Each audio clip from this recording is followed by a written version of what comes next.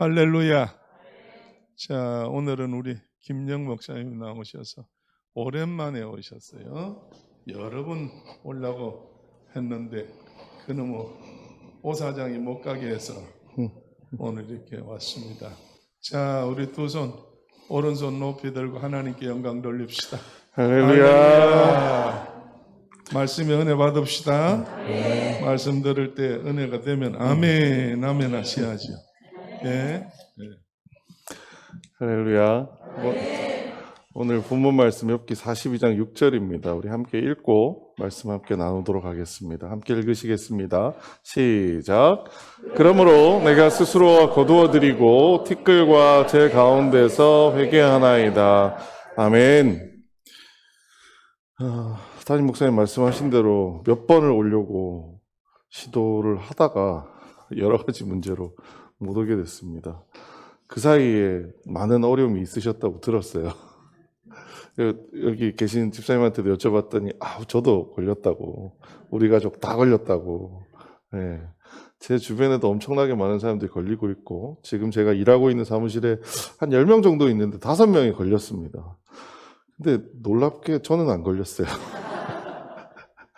아직까지도 저는 청정 지역입니다. 아직까지 안 걸려서 이게 하나님의 은혜로 이게 안 걸리는 건지, 아니면 마지막 끝물에 내가 걸리려는 건지, 아니면 진짜 나도 무슨 슈퍼 유전자 뭐 이런 걸 가지고 있는 사람인지.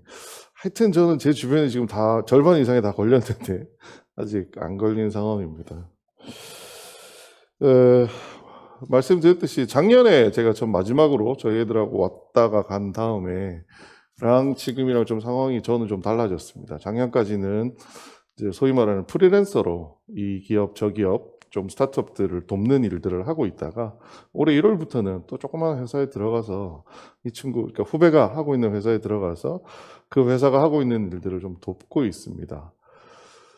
그런데 참 안타깝게도 제가 작년에 다니던 회사하고 지금 이 회사하고 비교를 해보면 많이 차이가 납니다. 작년에 다니던 회사에서 연봉이 한 30% 정도, 3분의 1 정도가 깎였어요.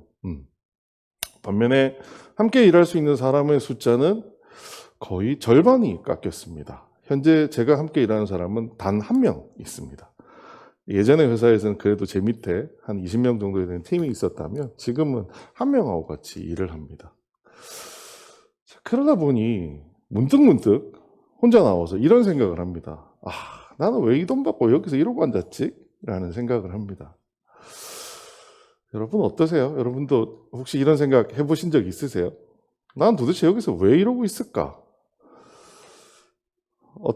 처음에 직장을 들어가게 되면 정말 기쁩니다. 행복하고, 이 회사를 내가 다니는 것만 해도 감사하고, 모든 선배들이 다 대단해 보이고.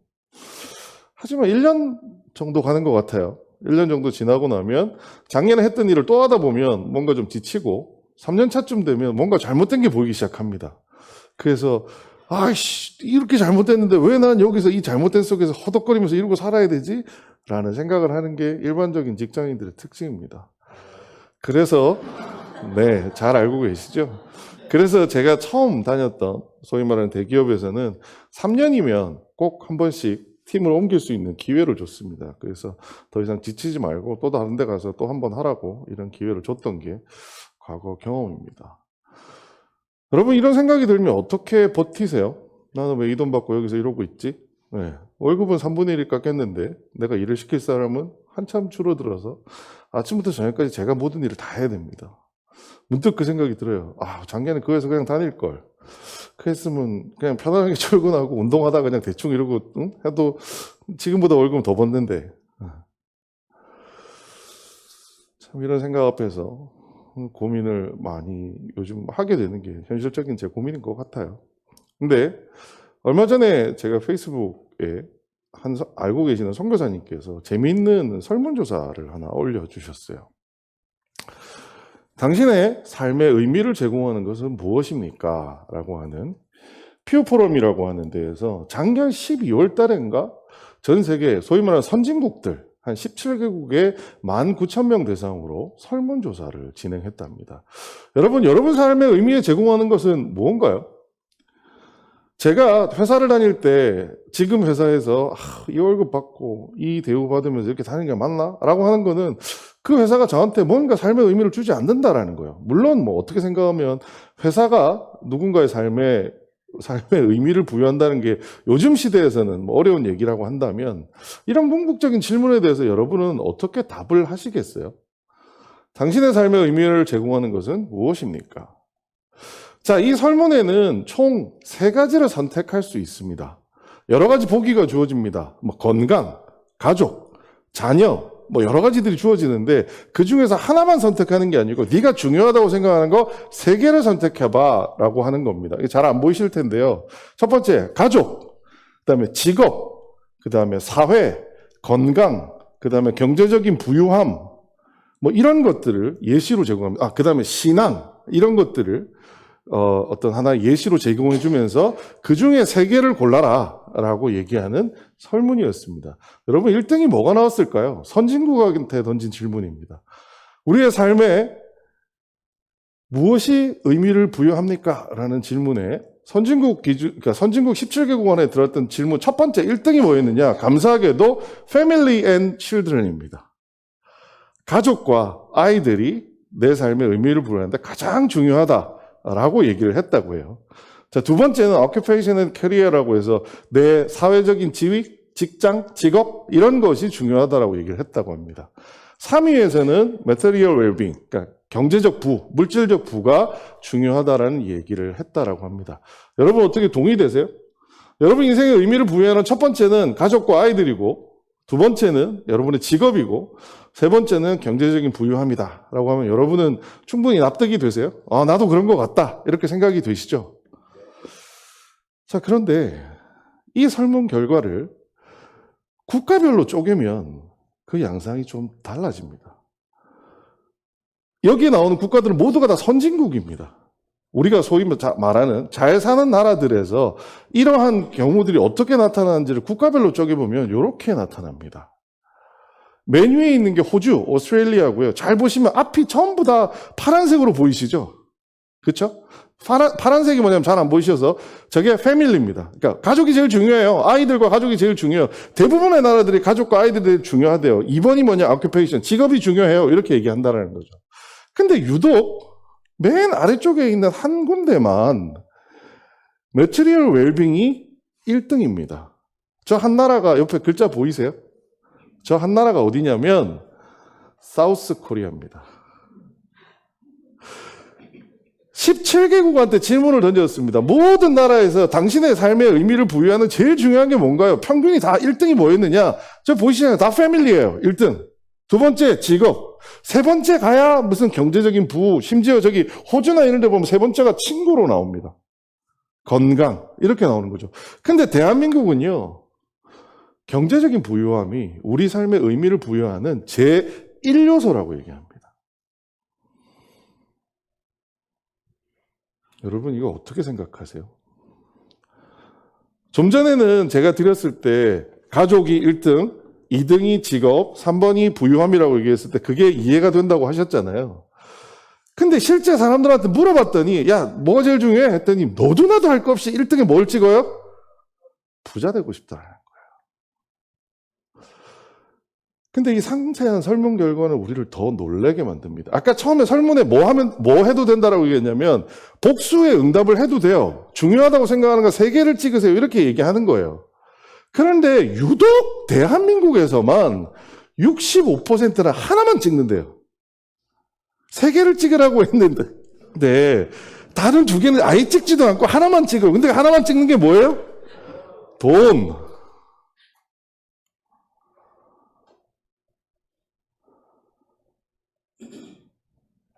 이게 오늘 우리가 살아가는 현실인 것 같습니다. 저도 아까 처음 스스로 저한테 뭐라고 질문을 했어요? 내가 왜 이 돈 받고 저도 모르게 저도 어느 순간 저를 의미 있게 만드는 것이 돈을 잘 버는 것이냐 아니냐가 되어버린 것 같아요. 그리고 특히 대한민국 사회에서는 더 그런 것 같습니다. 나를 부자 만들어 준다면 뭐가 돼도 오케이죠. 점점 그렇게 되어가는 것 같습니다. 자, 근데 이 설문 결과에 또 재밌는 게 하나가 더 있어요. 신앙과 종교를 선택하신 분들, 이게 1등이다, 이게 중요한 게 아니고요. 신앙과 종교를 내 삶의 의미를 부여하는 중요한 일입니다라고 선택한 1등이 어디냐? 미국입니다. 미국에서는 설문 응답자의 15%인가 신앙과 종교가 내 삶의 의미를 부여합니다라고 얘기를 했대요. 꼴찌가 어디냐? 일본입니다. 일본은 0%입니다. 단 한 명도 이것에 대해서 신앙과 종교가 나에게 의미를 부여한다라고 얘기하지 않아요. 자, 그렇다면 여러분이 살고 있는 대한민국은 신앙과 종교를 얼마나 선택했을까요? 업다운 게임 한번 할까요? 몇 프로쯤 나올 것 같으세요? 몇 프로? 최고 미국이 15%입니다. 한국은 10%쯤 될까요? 5%? 정답은 누가 말씀하신 것 같은데 1%입니다. 1%. 신앙과 종교가 우리 삶에 의미를 부여한다라고 얘기한 사람은 물론 설문이 샘플이 뭐 어떻게 구성되느냐에 따라서 이 의미는 달라지겠지만 1%밖에 얘기를 하지 않습니다. 이게 오늘 대한민국 현실입니다. 돈만 벌면 됩니다. 그리고 하나님 따위는 안중에도 없습니다. 그게 오늘날 우리가 살아가고 있는 현실입니다. 근데 재밌게도 그렇게 살면서 우리가 행복하면 그렇다고 하겠어요? 근데 좀 전에 제 모습, 제가 스스로 고백했듯이 행복한가요? 안 행복해요. 안 행복하고 불행합니다. 우리 아버지 세대는 똑같이 안 행복하고 불행했는데 누구를 찾았어요? 하나님을 찾았습니다. 우리 아버지 세대는 똑같이 안 행복하고 똑같이 불행했는데 누가 중요했어요? 가족이 중요했어요. 근데 오늘 우리는 왜 이렇게 된 걸까요? 그럼 우리는 어떻게 해야 될까요? 오늘 엽기 얘기. 작년 한 해를 통틀어서 저한테 있어서 작년 한 해 제가 성경책을 어디를 제일 많이 봤냐라고 하면 아마 욥기일 겁니다. 오늘 욥기를 어찌 보자면 설교로는 이제 마무리를 한다는 의미에서 욥기의 마지막 정리를 이러한 어떤 문제의식을 가지고서 같이 한번 해보려고 합니다. 자, 저는 작년에 여러분 기억하실지 모르겠는데 2번 욥기 가지고 설교를 했습니다. 제 나름에서는 아직도 기억에 남을 만큼 저한테는 이 욥기의 설교를 준비하는 기간들이 굉장히 의미 있는 시간들이었고 하나님은 저한테 참 많은 은혜를 이 준비하는 시간 동안 주셨어요. 설교할 때는 뭐 모르겠지만 기억하실지 모르겠어요. 작년 4월쯤에 와서 제가 첫 번째 했던 설교는 까닭 없이 라는 제목으로 우리 일상에 벌어지는 수많은 일들은 사실은 뭔가 이유가 있는 것 같지만 사실은 이 성경 속에서 얘기하는 세상을 돌아가는 원리는 이유가 없다라는 말씀을 드렸습니다. 그래서 이 설교하면서 마지막에 저희가 정리하면서 드렸던 말씀이 우리가 이유를 모르는 고통과 고난을 만났을 때 더 이상 하나님 왜 우리에게 이런 고통을 주시나요? 라고 물을 것이 아니라 그런 고통이 우리에게 왔음에도 불구하고 하나님 그럼에도 불구하고 나는 무슨 일을 해야 할까요? 라고 질문하는 것이 진정한 그리스도인의 자세라는 말씀을 나눈 적이 있습니다. 자, 그리고 지난 11월 28일이었나요? 네, 나의 가는 길이라는 제목으로 설교를 욥기를 가지고 한 적이 있습니다. 매우 유명한 구절이었죠. 23장 10절. 네. 정금같이 나오리라 라는 그 말씀을 가지고 그때 와서 그 말씀 드렸어요. 처음에는 나의 가는 길을 저는 하나님의 섭리라든지 혹은 내의 미래의 길이라고 해석을 했다면 반대로 하나님이 저에게 주신 은혜로 다시 이 말씀을 해석했더니 나의 가는 길이 미래에 내가 도착하는 길을 의미하는 게 아니라 내가 지금 살아가는 방식, 그래서 자기의 의의를 대표한다라는 말씀을 드렸습니다. 근데 이 두 설교가 여러분 아마 설교를 듣고 많이 그냥 잊어버리시니까 잘 못 알아차리셨을 거예요. 저는 두 설교를 하고 나서 집에 갔는데 한 2주 뒤쯤인가 제가 페이스북에 이 설교를 올렸는데 미국에 있는 제 친구, 그리스도인이 아닌 친구입니다. 친구가 저한테 댓글을 적었어요. 그 댓글을 쭉 읽어봤더니 제가 뭔가 단단히 실수를 했구나라는 생각을 한 거예요. 왜냐하면 이 두 가지의 설교가 전혀 반대되는 이야기를 하고 있었습니다. 왜냐하면 까닭 없이라는 곳에서는 이 설교를 할 때는 세상의 모든 일은 이유가 없다. 그냥 일어나는 일이다라고 얘기한 반면에 오른쪽, 그래서 욥은 죄를 짓거나 한 사람이 아니다라고 얘기를 드렸어요. 반면에 두 번째 설교에서 나아가는 길에서는 욥이 마치 무슨 죄를 지어서 그 죄를 회개한 것처럼 설교를 했습니다. 그게 대표적인 구절이 42장 3절과 6절 말씀이에요. 같이 한번 읽어볼까요? 시작. 무식한 말로 내 뜻을 가리는 자가 누구냐라고 물으셨지요. 정말 저는 알지도 못하면서 말하였고 깨닫지도 못하는 일들을 아는 채 하였습니다.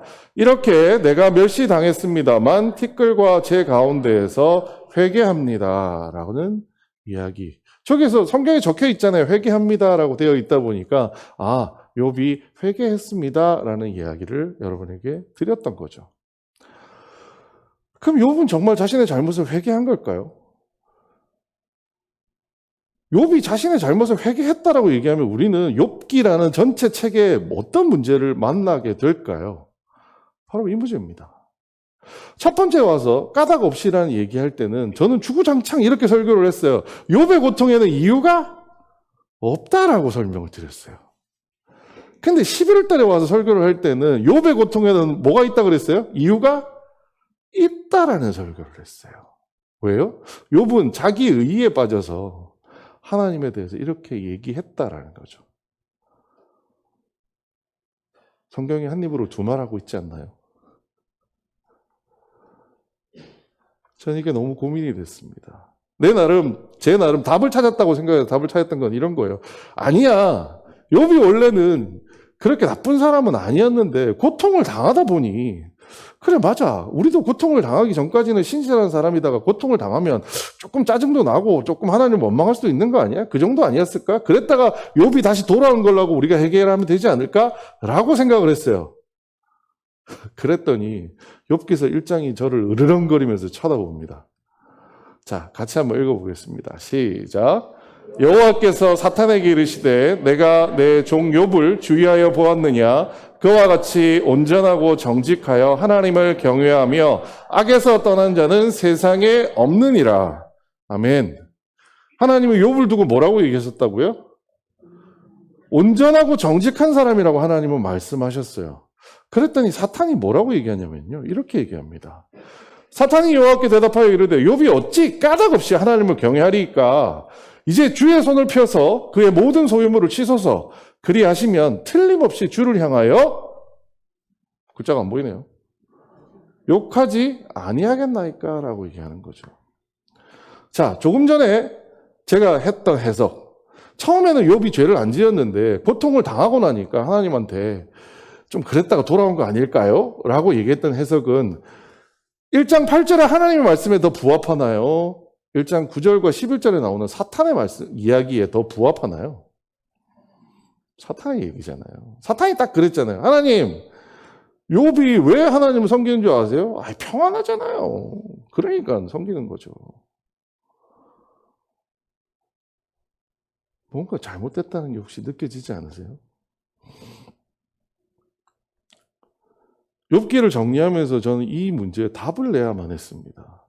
욥의 고통에는 이유가 있었을까요? 아니면 욥의 고통에는 이유가 없었을까요? 욥의 고통에는 이유가 있다라고 얘기하는 순간 욥기 1장 9절에서 나오는 사탄의 이야기가 옳은 것이 되어버립니다. 반면에 욥기의 고통에 이유가 없다라고 얘기하면 욥기 42장에 나오는 조금 전에 우리가 읽었던 회개하나이다 대놓고 적혀 있잖아요. 그 구절에 문제가 생기는 거죠. 이 문제를 우리는 어떻게 해결을 해야 될까요?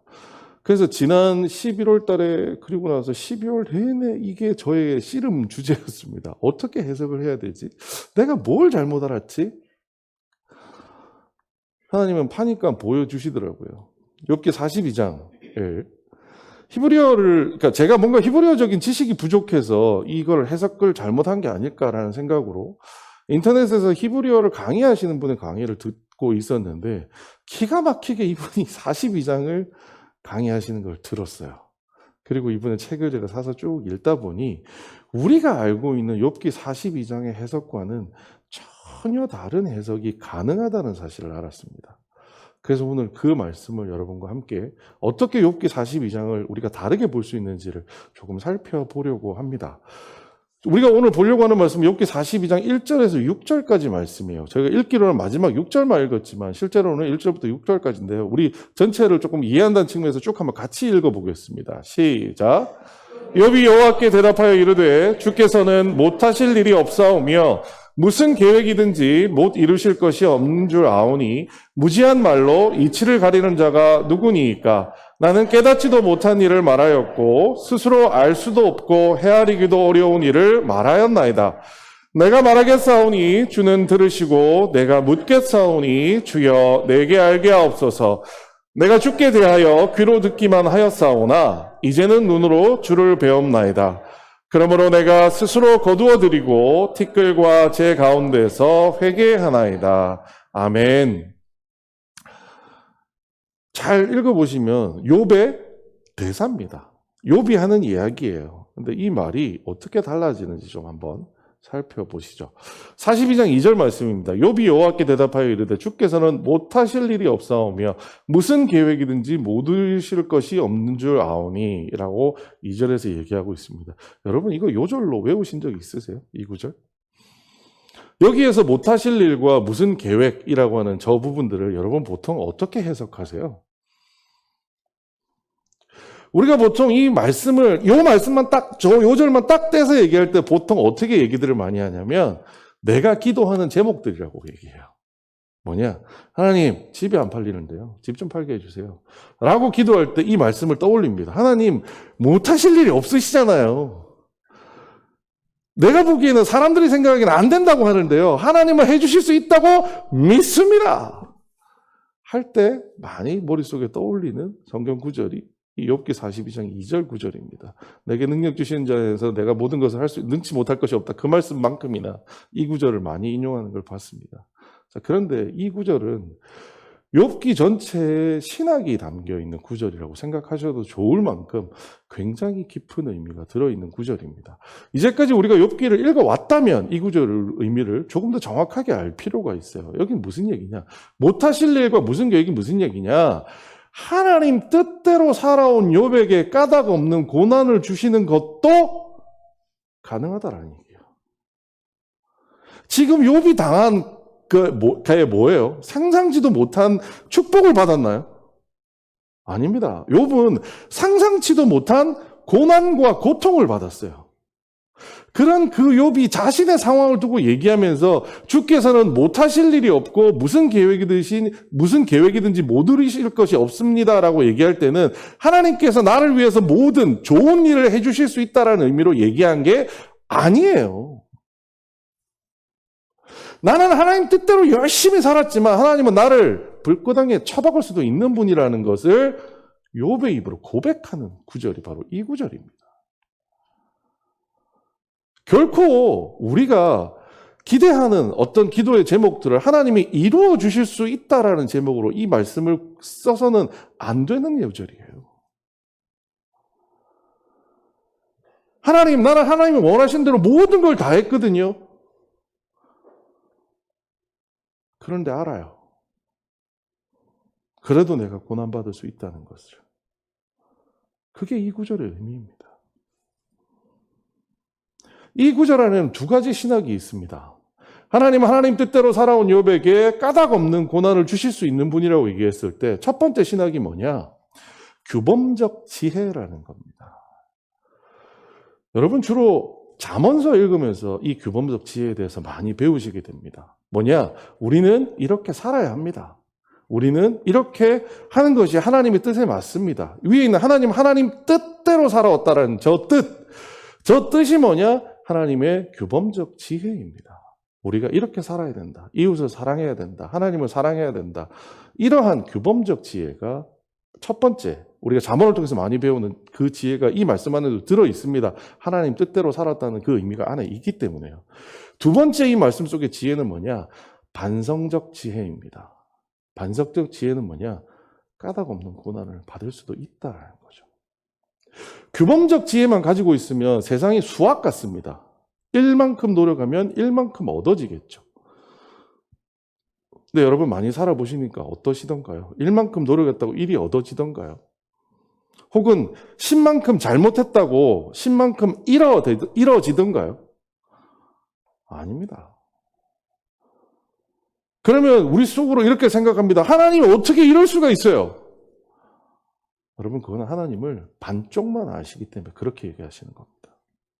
하나님은 결단코 단 한 번도 우리가 원하는 것을 열심히 기도하며 이루어 주신다고 하신 적 없습니다.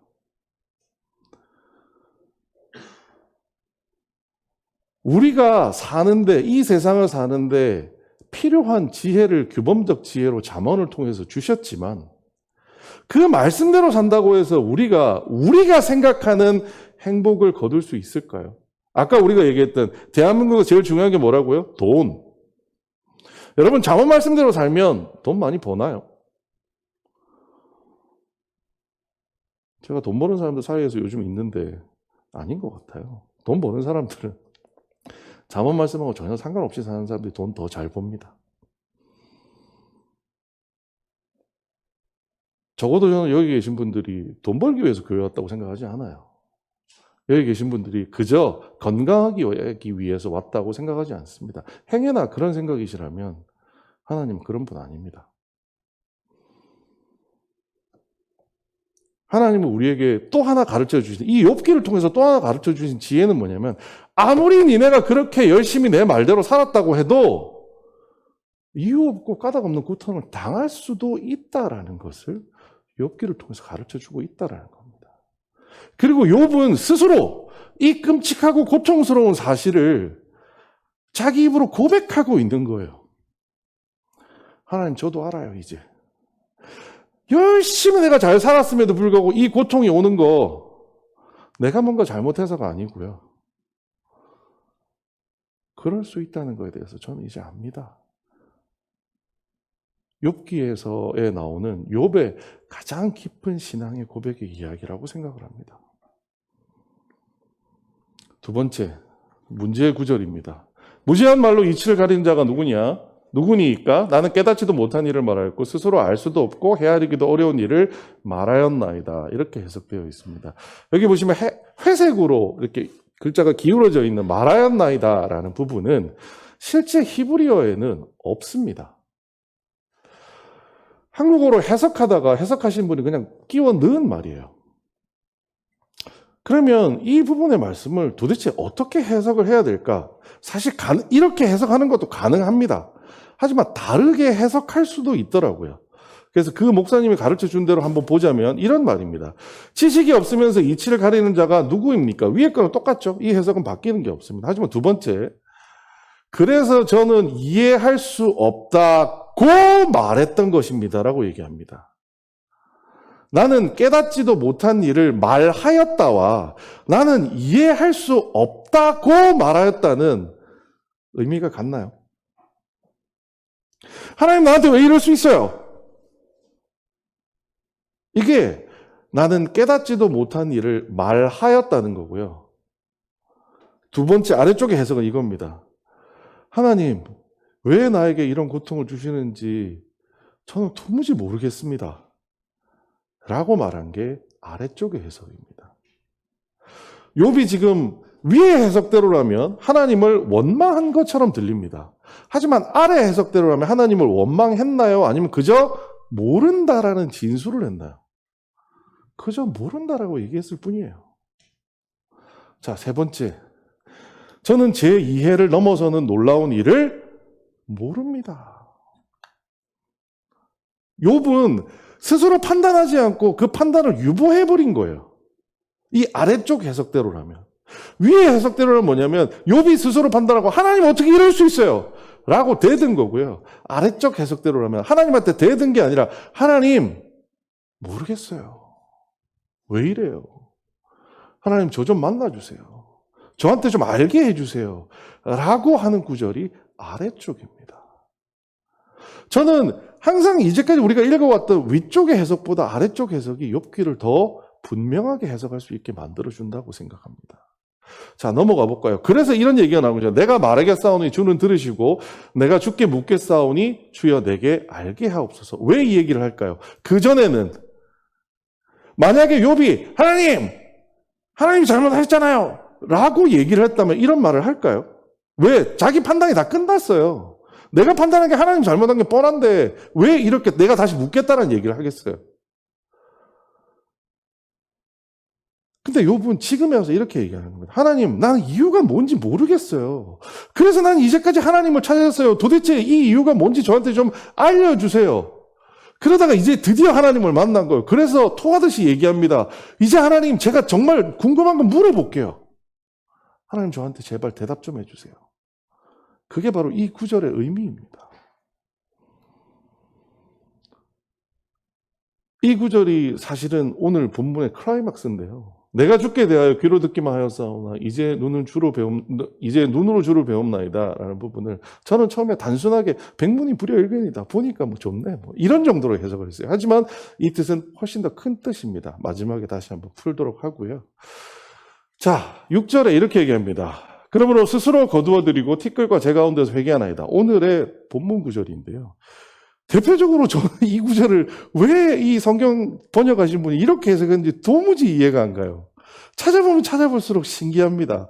여기에 스스로란 말은 원래 여기 들어있지 않아요. 히브리어에. 그리고 뭐가 그러니까 거두어들이다라고 하는 그 히브리어가 마하스라고 하는 히브리어입니다. 자, 히브리어는 단어 안에 여러 가지 뜻이 들어가는 경우들이 많아요. 그러다 보니까 사실은 본문 안에서 그 뜻이 어떤 뜻일지에 대해서 유추하는 게 필요하고요. 두 번째는 같은 저자가 이 단어를 어떻게 썼는지를 보는 것이 중요합니다. 자, 그런데 욥기 안에서 이 마하스라는 단어가 어떻게 사용됐는지 실제 쓰여진 데가 있어요. 살펴볼게요. 같이 읽어보겠습니다. 시작. 하나님께 징계를 받은 자에게는 복이 있나니 그런즉 너는 전능자의 징계를 업신여기지 말지니라. 5장 17절이고요. 자, 두 번째 시작. 내가 생명을 싫어하고 영원히 살기를 원하지 아니하오니 나를 놓으소서. 내 날은 헛된 것이니이다. 자, 여기에 업신여기다와 싫어하다라는 말이 그 마하스라는 단어를 번역한 방식입니다. 거두어들이다라는 말이 어디서 나온 걸까요? 그래서 이 마하스는 멸시하다라는 단어로 해석되는 것이 맞다라는 거죠. 그런데 여기서는 수동태로 사용됐습니다. 그럼 어떻게 사용될까요? 이렇게 내가 멸시당했습니다라고만 해석이 돼야 된다는 거죠. 멸시당했다 뭐예요? 욥의 친구들이 찾아와서 욥은 계속 무슨 얘기를 했냐? 나는 왜 이렇게 내가 고통받는지 모르겠어라고 얘기한 반면 친구들은 와서 다 뭐라고 했어요? 이유가 있어. 너 이래서 잘못한 거야. 너 이래서 잘못한 거야. 친구들한테 멸시를 받았다라는 거죠. 이렇게 내가 멸시를 당했습니다만 티끌과 제 가운데서 회개합니다. 말이 되나요? 뭔가 이상하죠? 자, 여기에서 회개합니다라고 나왔던 단어도 나함이라고 하는 히브리어를 쓰고 있습니다. 근데 이 나함이라는 단어도 굉장히 다양한 뜻을 가지고 있는 단어예요. 욥기서에서 사용된 단어를 보자면 이렇습니다. 다시 한번 읽어볼게요. 같이 읽겠습니다. 시작. 혹시 내가 말하기를 내 잠자리가 나를 위로하고 내 침상이 내 수심을 풀리라 할 때에, 자, 다음 또 있습니다. 같이 읽을게요. 시작. 그런데도 너희는 나를 헛되이 위로하려느냐? 너희 대답은 거짓일 뿐이라. 뭐라고요? 노란색이 나함이라는 단어를 해석한 겁니다. 회개하다라는 해석이 있나요? 없습니다. 무슨 해석이에요? 위로하다라는 겁니다. 그런데 이 역시 수동태로 사용이 됐어요. 그래서 이 본문을 우리가 다시 바르게 히브리어에 맞게끔 해석하자면 이렇게 되는 거죠. 같이 읽겠습니다. 시작. 이렇게 내가 멸시당했습니다만 티끌과 제 가운데에서 위로를 받습니다. 회개했다는 얘기가 있나요? 자, 이렇게 해석을 끝내고 나면 좀 전에 우리가 함께 봤던 41장 1절에서 6절이 이렇게 바뀝니다. 우리 같이 한번 읽어보겠습니다. 시작. 당신이 모든 것을 할 수 있다는 것을 저는 알고 있습니다. 그 어떤 계획도 당신에게서 막을 수 없습니다.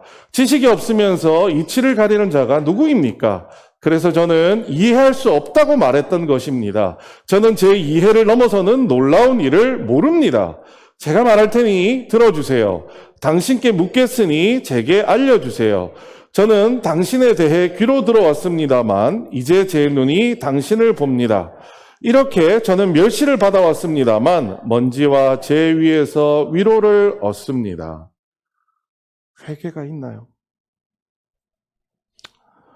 저는 어렸을 때부터 사실 궁금했었어요. 욥기에 대해서. 뭐냐? 우리 아버지나 우리 주일학교 선생님들이 저한테 말씀하실 때 이렇게 말씀해 주셨어요. 욥은 하나님을 한 번도 원망한 적이 없어. 이해가 안 가는 거예요. 왜 욥이 하나님을 원망을 안 해요? 42장에 보면 회개한다는 얘기가 나오잖아요. 회개를 언제 하는 건데요? 잘못했으니까 회개하는 거잖아요.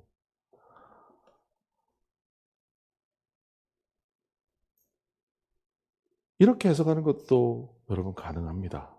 그런데 이렇게 해석하게 되면 욥기가 좀 더 분명하게 보입니다. 욥은 저희 아버지 어렸을 때 가르침, 저희 어머니 어렸을 때 가르침처럼 하나님을 원망한 적이 없어요.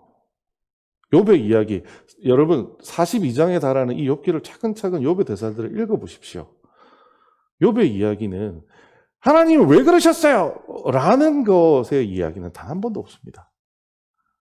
욥의 얘기는 전부 다 이겁니다. 나도 궁금해. 나도 왜 이런 일을 당하는지 궁금해. 나 하나님한테 좀 물어보고 싶어. 그랬더니 옆에 있는 친구들이 와서 하는 얘기가 다 그거예요. 야, 굳이 그걸 물어봐야 알아? 너 임마 이렇게 잘못한 거야. 그 상황을 42장의 욥이 스스로 얘기합니다. 하나님, 나는요, 하나님한테 한 번도, 하나님 왜 이러세요? 이건 잘못됐잖아요. 라고 얘기한 적은 없어요. 왜요? 저도 연약한 인간이니까 내가 받는 고통의 이유 좀 알고 싶잖아요. 근데 하나님 안 계셔서 너무 원망스럽긴 했어요. 근데 그 사이에 친구란 작자들이 와가지고 나를 이렇게 멸시하고 나를 고난을 주는데요. 하나님, 이제 내가 하나님을 만났으니 속 시원하게 한번 물어볼게요. 좀 알려주세요. 내가 왜 이런 일을 당해야 되는지. 그게 욥기 42장 욥의 마지막 이야기입니다. 두 가지 신학에 대한 얘기를 들었습니다. 규범적 지혜, 우리는 자막을 통해서 많이 배웠습니다. 하지만 우리 다시 한번 떠올려봐, 욥기를 보면서 떠올려야 되는 것은 우리에게는 반성적 지혜가 있나요? 이렇게 하면 이렇게 된다더라라는 건 여러분 많이 배워서 아실 거예요. 그리고 지금에 와서 그거 엄청나게 다른 사람들한테 주장하실 겁니다. 너 왜 그렇게 안 했어? 마치 11월 달에 제가 와서 저희 집 애들 얘기하듯이 야, 너 왜 숙제 안 했어? 얘기하듯이 누군가에게 푹푹 찌르면서 너 왜 기도 안 해? 야, 너 뭐 왜 안 해? 그게 우리의 의의가 될 수 있다라고 저는 생각합니다. 그럴 위험이 충분히 있다라고 생각해요. 하지만 규범적 지혜와 함께 우리가 욥기를 통해서 이 성경 안에 욥기가 있기 때문에 배워야 되는 중요한 것은 반성적 지혜입니다. 내가 배운 대로, 내가 아는 대로 돌아가는 세상이 아니다라는 거죠. 근데 이거 쉽지가 않습니다. 왜냐하면 사람은 배운 대로 생각하고 배운 대로 말하거든요. 여러분에게 충분한 반성적 지혜가 있으신가요? 많은 교회가 규범적 지혜는 가르쳐주지만 반성적 지혜는 가르쳐주지 않는 경우가 많습니다. 왜요? 어렵거든요. 저걸 어떻게 가르쳐줘요? 해도 안 돼! 라는 얘기를 어떻게 가르쳐줘요? 근데 여러분이 배운 규범적 지혜를 가지고 세상에 나가 살아보시면요, 저절로 배우게 됩니다. 여러분 사실 이미 여러분 마음속에는 알고 계세요. 안 된다는 거. 어떤 거는 내가 기도해도 안 되더라. 어떤 거는 기도를 하면 기가 막히게 들어주시는데 어떤 거는 기도해도 안 되더라. 내가 배운 대로 내가 뜻하는 대로 누군가가 하지 않는다고 해서 문제냐? 아닐 수 있다는 거예요. 왜요? 우리가 거기서 기독교인이라면 해야 되는 것은 기도해야 됩니다. 상대방한테 가서 야, 너 왜 그렇게 안 했어? 라고 물어볼 게 아니라 하나님, 내가 배운 것과 다르게 행하는 저에게는 또 다른 하나님의 뜻이 무엇인지 나에게 좀 알려주세요. 오늘 욥이 하나님을 만났을 때 물었던 것처럼 우리의 기도 제목은 더 이상 이거 해주세요, 저거 해주세요가 아니라 하나님, 저는 하나님을 원망하지 않습니다.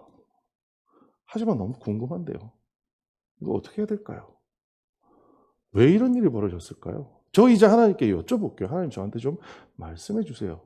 라고 묻는 그게 반성적 지혜로 우리의 기도 제목이 업그레이드 되는 거라고 저는 생각합니다. 하지만 이 말씀을 정리하면서 마지막에 한 가지 드리고 싶었던 이야기는 이겁니다. 이렇게 내가 멸시 당했습니다만 티끌과 제 가운데서 위로를 받습니다라는 이야기를 욥은 언제 하고 있나요? 욥의 지금 문제가 다 해결이 되었나요?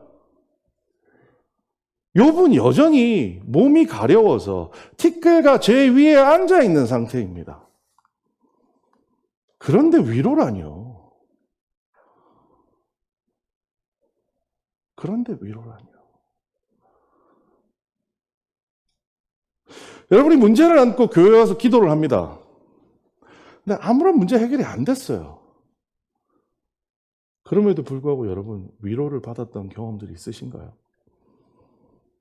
그렇다면 그 위로는 어떤 위로였나요? 실제 욥의 상태가 변화되는 것은 욥의 친구들에게 제물을 받아서 제사를 드린 이후에나 욥의 상태가 좋아집니다. 하지만 욥은 그 전에 이러한 것에 대해서 내가 하나님한테 위로를 받았다라고 얘기합니다. 자신의 상황에 아무런 변화가 없는데 하나님을 만났을 때 이 고백이 나왔다라는 거죠. 이걸 어떻게 이해를 해야 될까? 위로의 근본적인 이유가 뭘까요? 영상 하나를 보여드릴게요. 해군 장교입니다. 해군이다 보니까 배 위에서 생활을 해야 돼요. 그러니까 자녀와 떨어져 지낼 수밖에 없죠. 그런데 학교에서 몰래 자녀를 찾아오게 됩니다. 뛰어와서 아빠한테 안기는 장면이에요. 마찬가지입니다. 군대에 파병을 나갔던 누군가가 돌아와서 몰래 자기 가족을 만나러 가는 장면들입니다. 훨씬 긴 영상이지만 오늘 말씀 위해서 간단하게 짧게 줄이겠습니다. 이 말씀 한번 같이 읽겠습니다. 시작. 내가 주께 대하여 귀로 듣기만 하였사오니 이제는 눈으로 주를 배움나이다. 눈으로 주를 배우는 것이 여러분 위로가 된다는 생각해 보신 적 있으신가요? 이런 경험이 있으신가요? 내 문제가 아무것도 해결된 게 없어요. 아무것도 해결된 게 없어요. 내 기도를 심지어 안 들어주시고 나를 고통스럽게 하세요. 그런데 기도를 하다 문득 길을 가며 찬양을 듣는데 문득 주님이 나를 만나주시는 것 같은 그러한 위로의 경험들 여러분에게 있지 않으세요? 저 아이 영상을 보면서 저는 처음에 되게 많이 울었어요. 와, 감동적이다. 저 아이에게 만약에 첫 번째 질문, 우리가 시작하면서 던졌던 그 질문을 던지면 뭐라고 얘기했을까요? 너의 인생에 가장 의미를 부여하는 것은 뭐니? 하나일 겁니다. 뭐요? 아빠, 엄마. 규범적 지혜, 반성적 지혜, 이런 복잡하고 어려운 것까지 여러분이 아셨으면 좋겠습니다만 오늘 말씀의 핵심은 이겁니다. 여러분 삶을 의미 있게 만드는 것이 무엇입니까? 돈인가요? 그러면 그 돈이 여러분에게 생기기 전까지는 여러분 인생은 해결되지 않을 겁니다. 여러분에게 중요하다고 생각되는 그것이 하나님이시라면 여러분 길 가면서도 그리고 기도하면서도 앉아서도 누워서도 여러분은 삶에서 위로를 경험하실 겁니다. 왜요?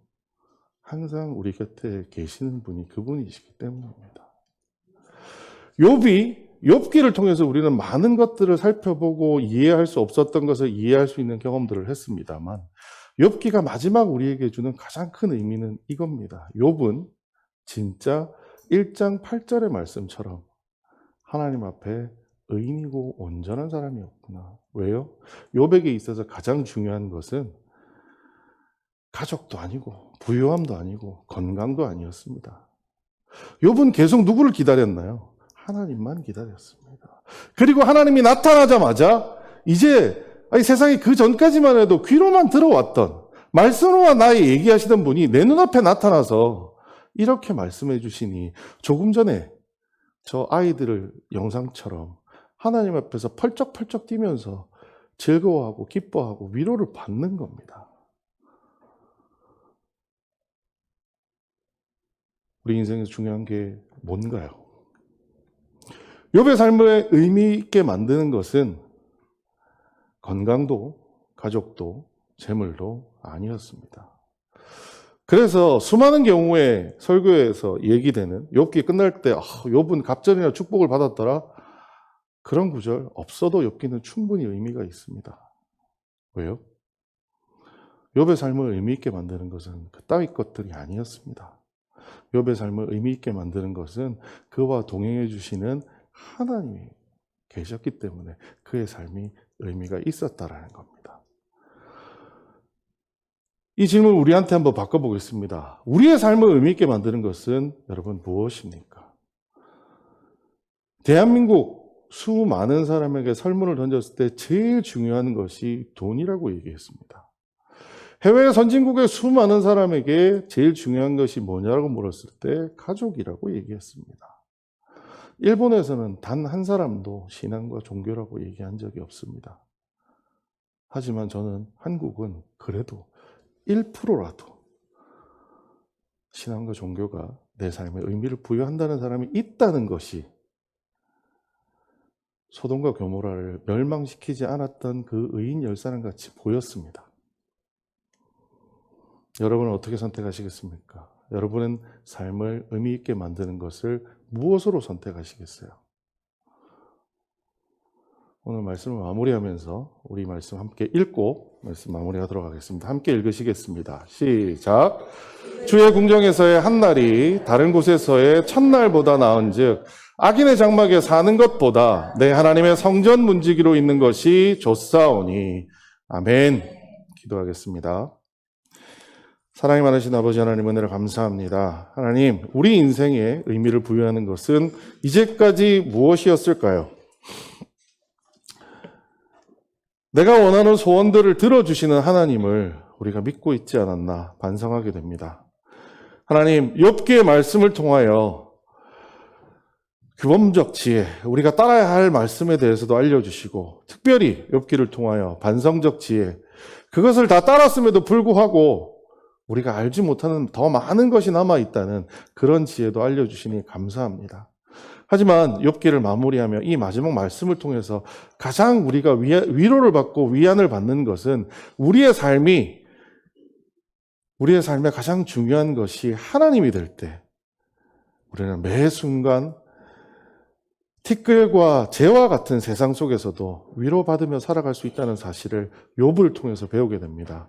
하나님, 이 말씀 꼭 기억하며 우리가 세상 나가서 사는 중에 수많은 사람들이 우리를 괴롭혀서 욥의 지금 어려운 상황처럼 그렇게 어려운 상황 속에서 살아갈지라도 내 인생에 의미 부여하는 그 하나님만 바라보며 그 하나님을 만나서 위로받을 수 있는 초대교회 성도 될 수 있도록 주님이 인도하시고 붙잡아 주시옵소서. 모든 말씀 예수님 이름으로 기도드렸습니다.